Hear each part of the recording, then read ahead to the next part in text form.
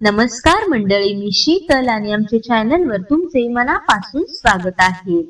नाशिक जिल्ह्यातील वणी येथे सप्तशृंगी देवीचे आद्य स्वयंभू शक्तीपीठ आहे.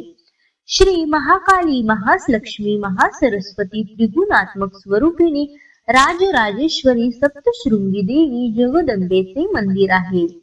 देवीच्या 108 पीठांपैकी महाराष्ट्रात असलेल्या देवीच्या 3.5 पीठांपैकी हे अर्धे पीठ आहे.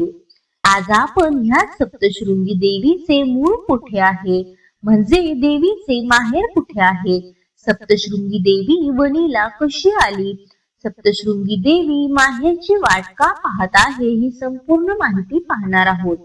चॅनलवर नवीन असाल तर लाईक, सबस्क्राईब करा. तर चला मग व्हिडिओला सुरुवात करते.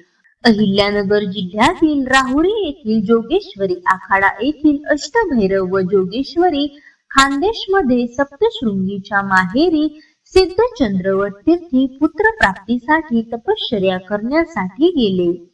तेथे त्यांनी कठोर तपश्चर्या केली. त्यावर भगवान शिव प्रसन्न होऊन म्हणाले, काय मागायचे आहे अष्टभैरव तुम्हाला? त्यावर अष्टभैरवांनी सांगितले, देवादी देवा, आम्हाला संतती नाही, तरी आपण आम्हाला संतती द्यावी. भगवान शिव म्हणाले, या जन्मात तुम्हाला संतती नाही, पण या क्षेत्राचे पुण्य तप म्हणून मी तुम्हाला प्रसाद देईल. जा समोरच्या डोहात स्नान करून या. स्नान करत असताना त्यांच्या हाताला बालिकेचा स्पर्श झाला. त्यांनी बालिकेला उचलून भगवान शंकरांपुढे ठेवले आणि म्हणाले, आम्हाला कन्या सापडली आहे देवा. त्यावर भगवान शंकर म्हणाले, मी तुम्हाला प्रसाद देतो म्हणालो होतो, तर हा घ्या प्रसाद. हिला लहानाची मोठी करा. हिच्या योगे त्रैलोक्याचा भूभार कमी होईल. महिषासुराच्या वधाला ही कारणीभूत ठरेल. त्याप्रमाणे अष्टभैरवांनी तिला लहानाचे मोठे केले. देवी वयात आली. त्यांनी तिच्या लग्नाचा विचार केला, पण कन्येनं नकार दिला. तिने माता पित्यांना सांगितले, मला लग्न करायचे नाही. त्यावर माता पिता म्हणाले, तुझ्या जन्मस्थानी जा व तेथे तपश्चर्या कर.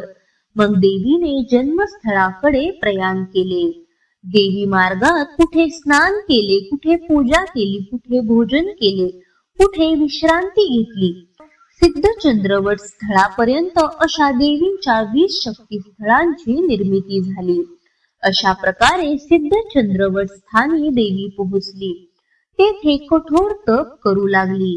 तिच्या घोर तपश्चर्येनं भगवान शिव प्रसन्न झाले आणि म्हणाले, काय मागायचे ते मागा तुम्हाला. तेव्हा तिने वर मागितला. त्यावर ती म्हणाली, माझ्या निमित्तानं असुरांचे समूळ मर्दन व्हावे. या पुण्यस्थळी आदिशक्तीचा आवेश अवतार व्हावा. माझ्या नुसत्या स्मरणाने तिन्ही लोकांतील देवांना युद्ध प्रसंगी शस्त्र अस्त्र विद्या मिळावी. त्या योगे त्यांची दसपट शक्ती वाढावी. त्यामुळे देव कधीच पराजित होणार नाहीत. यावर शिव भगवान अति प्रसन्न झाले आणि म्हणाले, आज मी तुझे नामकरण करतो.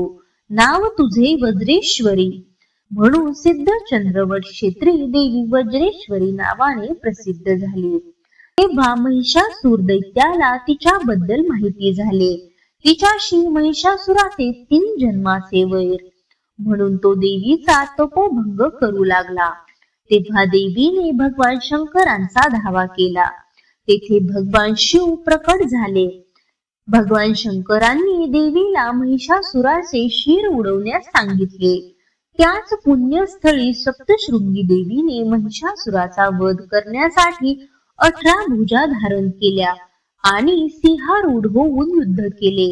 हा प्रसंग देवीच्या सामर्थ्याचे प्रतीक आहे आणि त्यालाच माहेरचा आनंद मानले जाते, जेथे ती पूर्ण सामर्थ्याने प्रकट झाली. माता पार्वतीने सिंहारूढ अष्टभुजा अवतार घेतला, म्हणजे आवेश अवतार धारण केला. तेथे मल्लयुद्ध झाले. तेव्हा त्या दैत्य महिषाने दक्षिणेकडे पलायन केले. जेथे देवीने महिषाचा वध केला ते मसावत क्षेत्र प्रसिद्ध झाले. जेथे त्याचे धड उडाले ते म्हसवे. त्याचे शिर फेकले ते शिरावड ब्रह्मदेवाचा वरदान मणी त्याच्या देहातून जेथे पडला तिथे स्वयंभू मनू देवी झाले. देवी गडाकडे जाताना तिच्या पायातील पद्मा ज्या ठिकाणी पडल्या ते पद्मालय म्हणून प्रसिद्ध झाले. पाटल्या फेकल्या ते पाटणा देवी स्थान झाले. नस्तन मावळला ते नस्तनपूर, 10 अश्रू ढाळले ते दक्षायनी लासूर, वैजंती माळ तुटून पडली ते वैजापूर.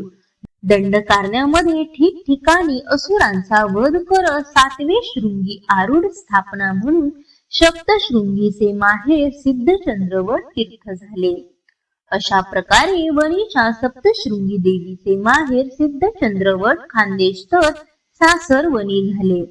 ती आपल्या माहेरच्या भक्तांवर कृपा करते असे मानले जाते. जेव्हा तिच्या माहेरची माणसे देवीच्या भेटीसाठी येतात तेव्हा देवीचे स्वरूप अधिक खुलते असे सांगितले जाते. पण ते परत जात असताना देवीचा चेहरा रडवलेला असतो.